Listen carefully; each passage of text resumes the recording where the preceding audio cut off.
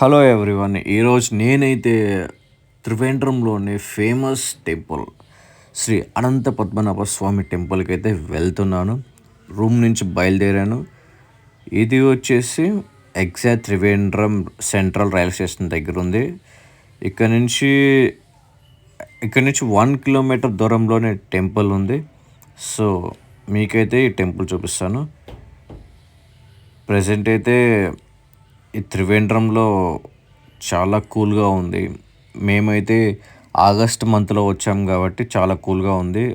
అప్పుడప్పుడు డ్రిజిలింగ్ కొంచెం కొంచెం వర్షం పడుతూ ఉంటుంది. చల్లగా బాగుంది.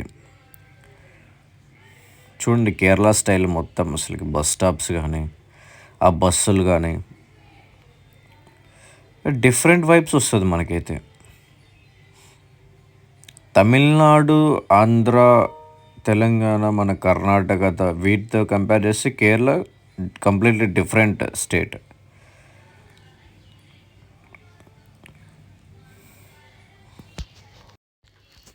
ఈ యొక్క శ్రీ అనంత పద్మనాభ స్వామి ఆలయం వచ్చేసి ట్రావెన్కోర్ రాజు కుటుంబానికి చెందిన ధర్మకర్తల ఆధ్వర్యంలో సాగుతుంది. సో మలయాళం అండ్ తమిళంలో తిరువనంతపురం నగరం పేరు అనేది పెట్టారు. సో యాక్చువల్లీ తిరువనంతపురం నేమ్ అర్థం ఏంటంటే the city of lord Anantha.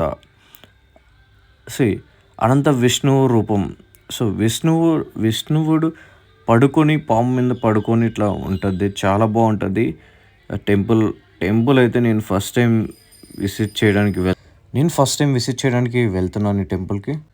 History చూసుకుంటే ట్రావెన్కోర్ కుటుంబం రాజకుటుంబం చేర వంశానికి చెందినవారు. అలాగే కులశేఖర సన్యాసి అల్వార్ సంతతి వారు.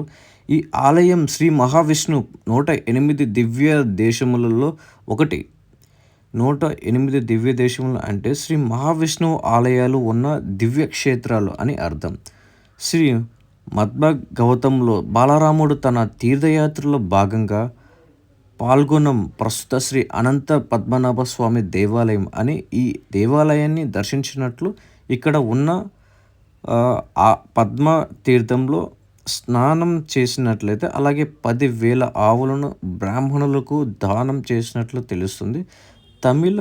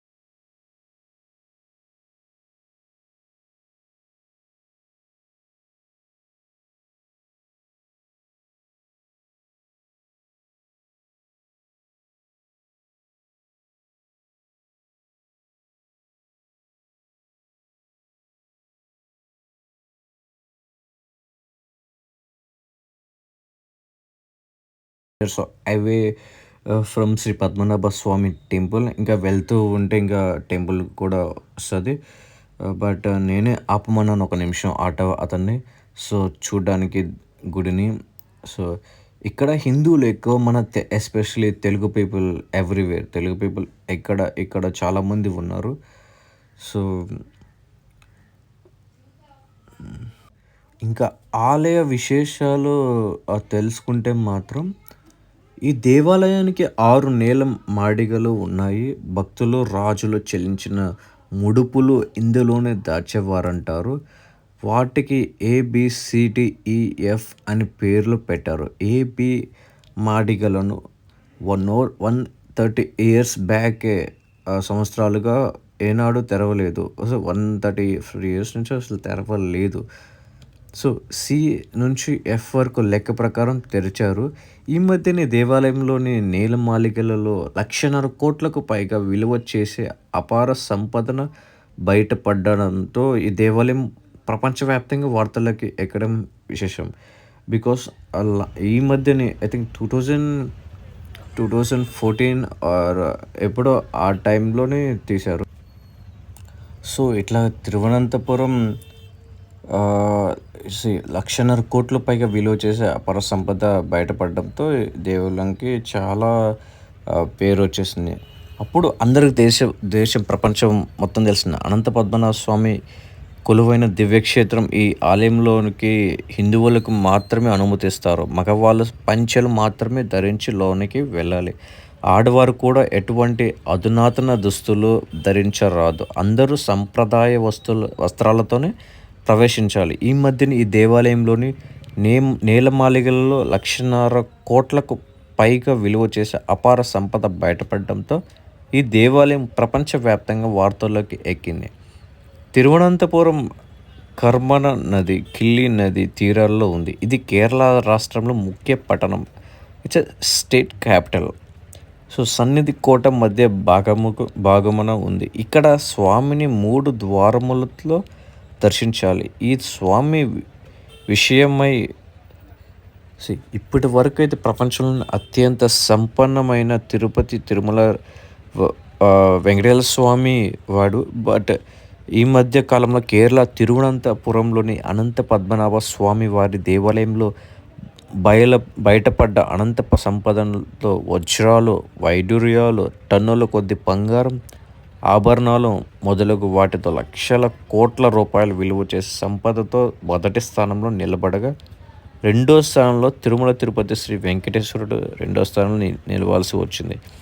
ఇంకా బయటపడాల్సి సంపదన ఉందని, పూర్తి స్థాయిలో సంపద నంతటికి లెక్క కట్టాల్సి ఉంది. ఆలయంలో దేవునికి సంబంధించిన సంపద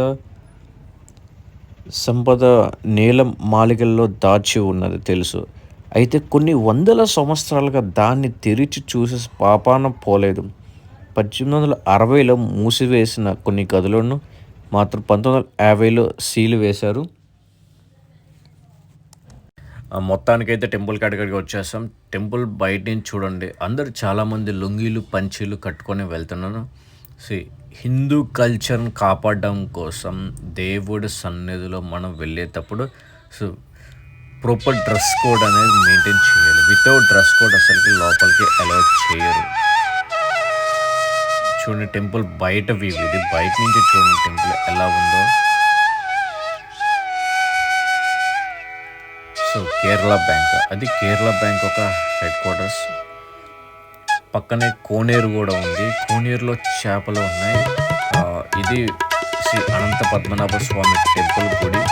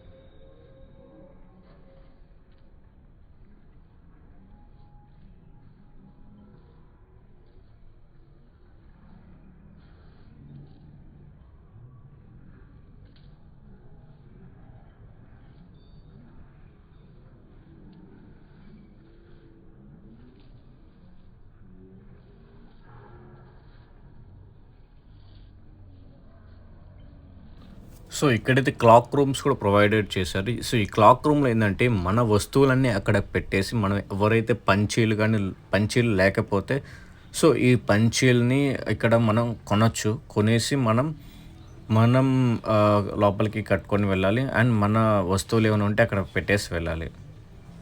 సో గుర్తుపెట్టుకోండి ఎవరైనా వచ్చినోళ్ళు. సో ఇది ఇంకా మా దర్శనం అంతా అయిపోయింది. అయిపోయిన తర్వాత మేమింకా టైం వచ్చేసి 7:30 అయింది ప్రెజెంట్. సో, సో మాకైతే హాఫ్ అన్ అవర్ దర్శనం పట్టింది. సో మేమొచ్చేసి ఆహ్, రూ. 50 టికెట్ వచ్చేసి అమ్ముతున్నప్పుడు రూ. 50 టికెట్ తీసుకొని మేము దర్శనం కంప్లీట్ చేసుకున్నాం.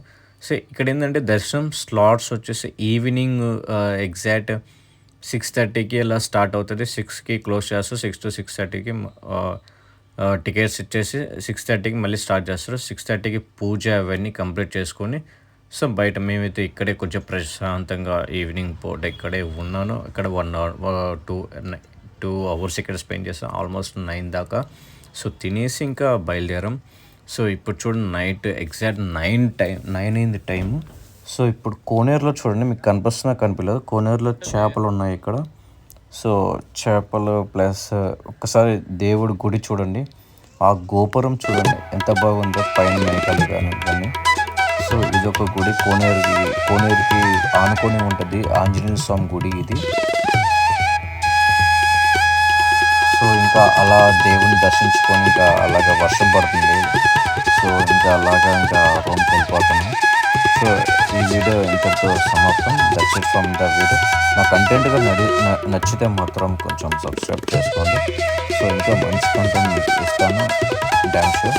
ఇది నేనే ఇంకా ఫోటోస్ తీసుకొని వెళ్ళిపోయాం. Okay thanks for watching. Bye.